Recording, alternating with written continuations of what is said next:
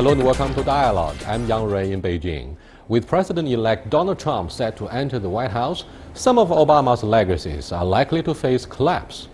A few days after the U.S. election, the Obama administration admitted defeat after congressional leaders from both parties said they would not bring the Trans-Pacific deal forward during the so-called lame duck session. It has also caused a heated debate about the benefits of globalization and free trade. So is there anything likely to replace the TPP in the Asia-Pacific region? What would be Trump's influence on trade exchanges between China and the U.S., and how should we understand the trend of anti-globalization and isolationism? To discuss these issues and more, I'm very happy to be joined in the studio by Claire Reid, former Assistant U.S. Trade Representative for China Affairs, and Professor Liu Baocheng, University of International Business and Economics. But before we begin our discussion, let's look at this. An unsurprising announcement. On trade, I am going to issue our notification of intent to withdraw from the Trans-Pacific Partnership, a potential disaster for our country. Instead, we will negotiate fair bilateral trade deals that bring jobs and industry back onto American shores. The massive trade deal is a proposed agreement among 12 Pacific Rim countries. It would cut tariffs and deepen economic ties. Though signed by nations covering 40% of the world's economy, the TPP has not yet been ratified by the individual countries. TPP is meaningless without the United States. It's for the same reason that the renegotiation is impossible. With Trump's presidency victory, the withdrawal of the U.S. was expected. During the campaign trail, Trump continuously gave arguments against the pact. Yeah, I think it's an immediate loss of credibility in Asia, but in a way that potentially positions the U.S. to re-engage moving forward. But the de facto death of the TPP does not spell the end of free trade. At the APEC meeting in Peru last weekend, leaders of 21 Asia-Pacific member economies endorsed free trade and warned the dangers of protectionism. As we move forward, we're keeping our options open. We're talking about how important trade is in positive ways, and we're continuing to collaborate on the positive issues that we know can make a difference in people's lives. Other fellow members of the pact say they have not yet given up on it. Furthermore, China also stepped up to propose 2 free trade deals in the region. Though Trump might deal a fatal blow to the TPP, Asia-Pacific is still facing robust trade prospects and intense economic competition. Welcome to Dialogue. Before we seriously discuss the issue of a TPP which aims to exclude China as part of the geo-economic campaign of the Obama administration, let's look at who are supportive of the Donald Trump presidency. Okay, it's those losers, quote unquote, in the global competition. It's those who work in the Rust Belt who are the die-hard supporters of Donald Trump. I mean, when you look at the campaign pledges of fighting globalization, what does it mean for the presidency of Donald Trump? Claire?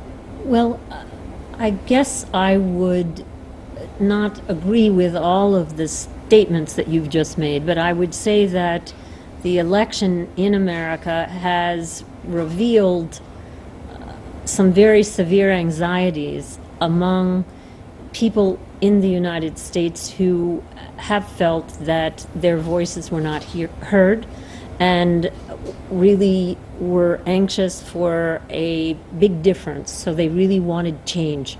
So the vote was for a major change, and I think that it now remains to be seen how Mr. Trump will be able to work with the divided country to try to achieve the goals that would bring the country forward in a positive way. So he's looking to increase jobs, and he's looking to build infrastructure in the United States, and I think he also has the world that he needs to look at, and as a businessman for many decades, I do think that he will understand and be pragmatic about his desire to be sure that there is nothing that happens that really roils the international economic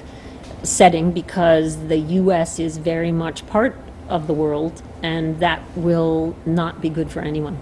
Professor Liu, do you think most of the tickets that were supportive of Donald Trump actually voted for a change, not for the presidential hopeful himself? And therefore, what President-elect Donald Trump says about making America great actually means, yes, we can, somehow, like President Obama's campaign trail. What do you think? Well, I noticed there has been a genuine discontent and even anxiety among American nation that due to the hallowing of the industry, people worried about their jobs and people worried about the continued growth of the per capita income and also the strong competition from major trading partners, etc., etc. So they really call for a dramatic change. And you also notice that while the liberal Republican Party represents the trade mongols, big businesses, but they no longer do so anymore. So they really represents the majority of the interest, particularly in those four major what you call Rust Belt states. He has won a lot of votes. Excuse me, I'd like both of you to take a closer look at the alleged anti-globalization accusation that has been employed by many of the critics of Donald Trump to criticize him. Now, do you think by rejecting the idea of a TPP, America will loom larger than it is? I think that Mr. Trump has made it clear since he won the election that he is not looking only inward, but that he understands that America lives in the global context. He had phone calls, of course, with China and with Russia and with Japan and with South Korea. And he reiterated his support for those alliances that the United States has with its allies. So I think that there is a recognition of how complex our world is, and not a simple turning inward to just focus on America as if it were an island in the universe. But I'm afraid you didn't follow the essence of my question very closely, because most of those who supported Donald Trump were Rust Belt. So the TPP idea promises to outsource most American jobs. Taking President Obama as an example, he tried in vain to persuade Steve Jobs when he was alive to bring back the jobs that were allegedly outsourced by the Chinese market. Now this time around, do you think he would have to honor his campaign pledges and try to stop the outflow of American jobs? Well, legally he's not liable. I really You don't think he's reliable? Is that your point? That hopefully the Americans, the majority of the Americans made the right choice, and all the rhetorics he made was really there to echo with some of the concerns. But he will, when he really seated in the White House, he will continue to keep the U.S. door open. I also have a strong belief that there is not really a major shift in the U.S. foreign policy. So yes, U.S. has been playing a leadership role and has been very aggressively pushing forward globalization. Yes, a group of people in the United States do not think they really benefited through this globalization campaign, but in the end, U.S. will have to get more interdependent with the rest of the world, even if TPP is at the moment getting suspended. President-elect Donald Trump promised to cut taxes for some of the American enterprises so that more investment could be made in the domestic sector and more jobs could be attracted and brought back home. What do you think of his commitment?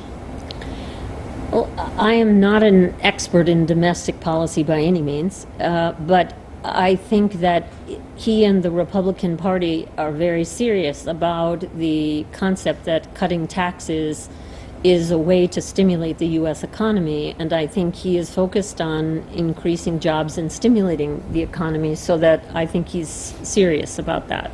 The TPP is likely to collapse following Donald Trump taking the office. And therefore, do you think this will be a devastating blow to the prestige and reputation of America? Well, I think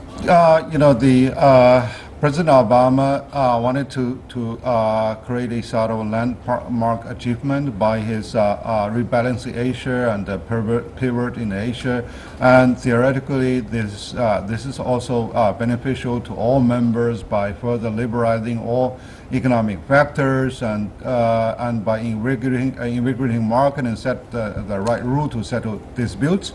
However, I do not think actually each of the 12 members are really ready for such a very comprehensive rules or framework. So therefore, I think it is really beneficial for them really to take a while and think what they can contribute and what they can do. But regional integration is the right direction.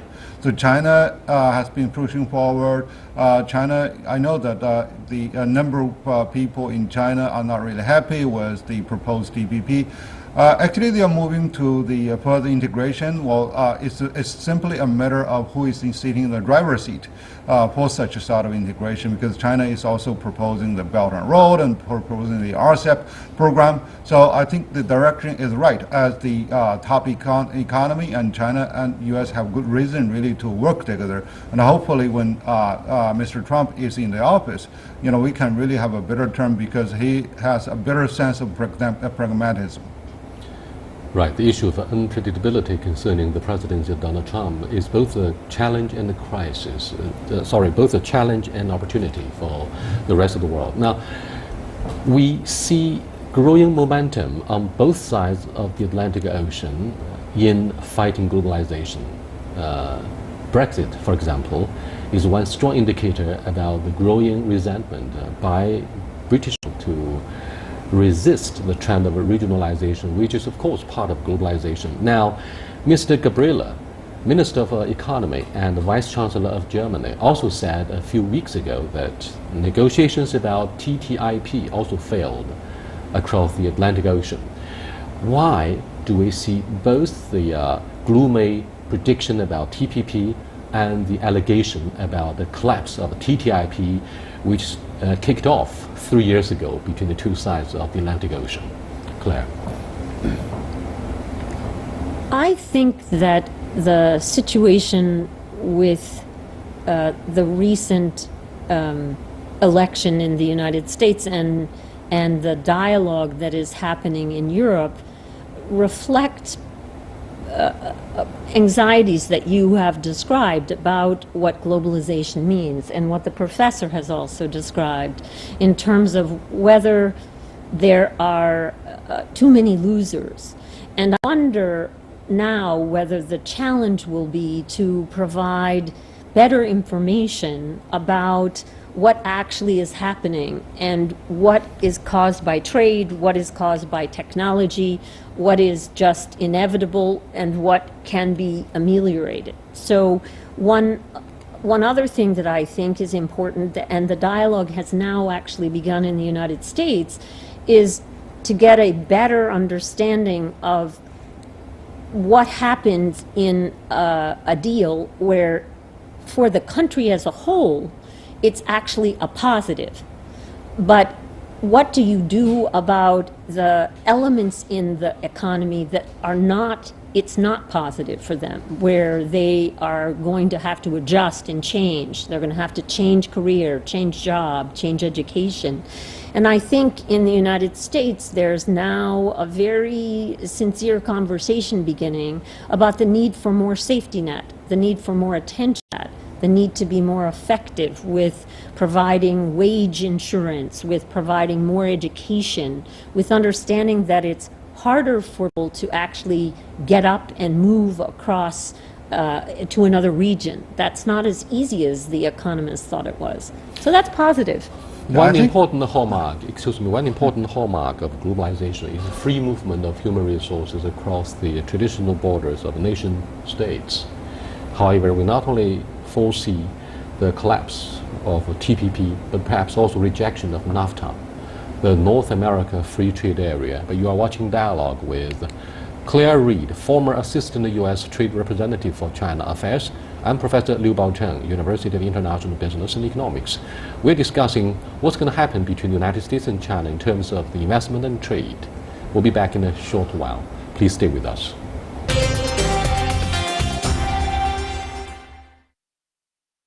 Welcome back. Let's look at the prospects of NAFTA. We've addressed a range of issues from the upcoming collapse of TPP to the alleged failure of TTIP across the Atlantic Ocean. But the United States is blessed by two, I'm sorry for saying that, is blessed by two weak neighboring countries. That's the essence of the alleged American exceptionalism, Canada and Mexico. However, the United States is also blessed by NAFTA, a regional free trade agreement.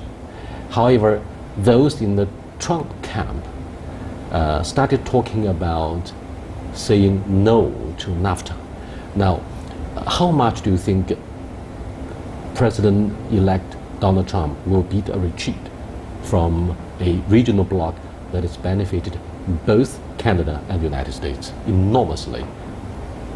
Well, I'm not going to agree with you with regard to the characterization of the neighbors to the north and south of the United States. And I think that the existence of the North American Free Trade Agreement is an indication that was viewed as a very valuable partnership. But with regard to what Mr. Trump will do or will not do, I think we do not know. And I think we're going to have to wait and see. Certainly, asking the question about what international trade's benefits and costs are is a legitimate question to ask. I think there are some who believe that when Mr. Trump takes a deeper look and understands the integration of supply chains and the interdependent economies, that there may be a sense that, he would see value where he doesn't see value now. I think both Canada, I'm not sure whether this is true of both, but I think at least one of the two NAFTA partners has said it's always good to take another look at an international trade agreement to see if it can be improved. And so I think we have to wait and see. I think two key elements are very important to engage in this either regional or global integration program. One is the sincerity with the partner. So actually many negotiations really fail because you would like the other party to place all the cards on the table and then you still hide your card in the sleeve. So I think that has to do with the TTIP and also even TPP. The other is really the popularity. So how do you really educate your people and provide popular education, because such engagement will involve the interest of each and every individual. So it's not a deal among all the elites.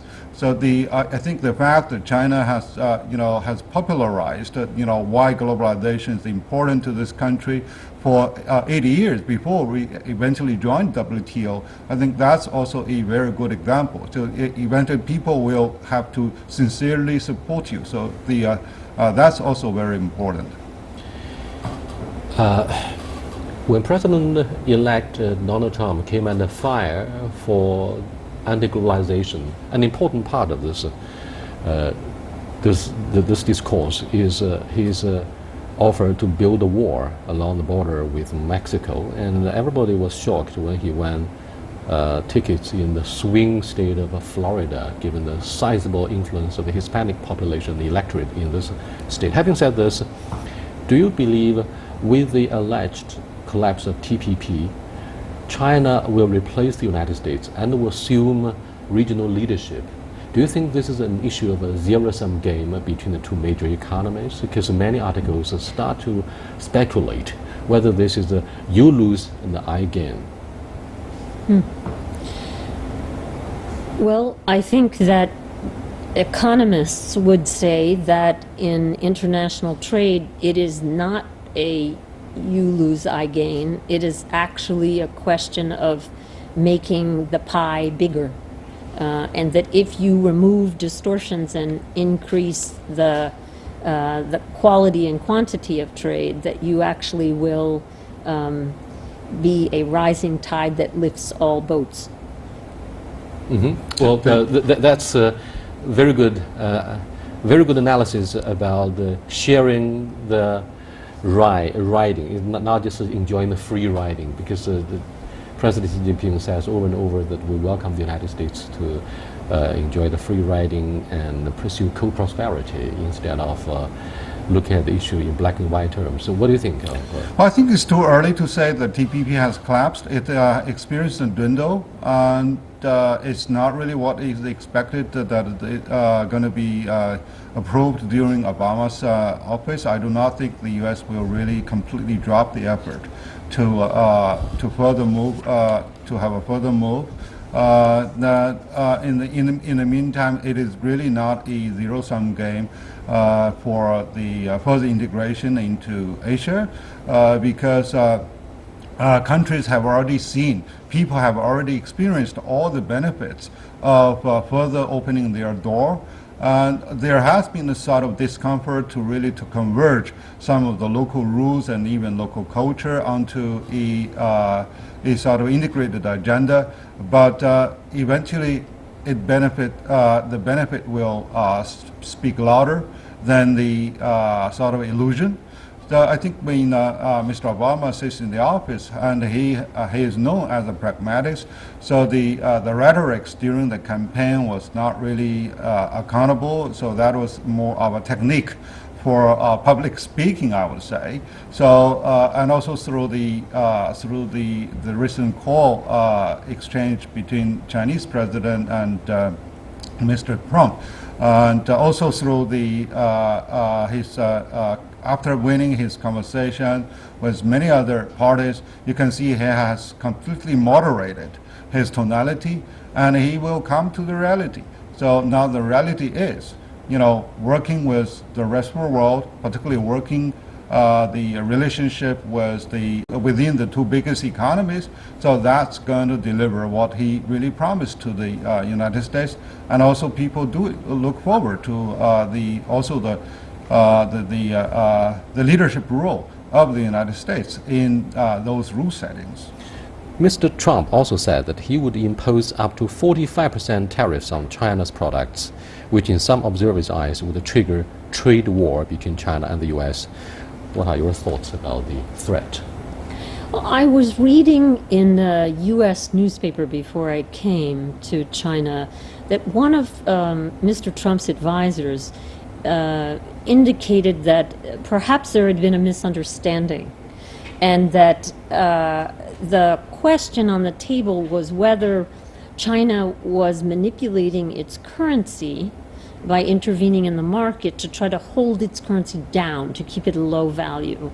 And he said that if it turned out that China was, and if the number was 45%, that there would then be action that would be taken to try to counterbalance that, to create a counter effect. My understanding is that this person then said that if that was not the case, then there would be no need for action.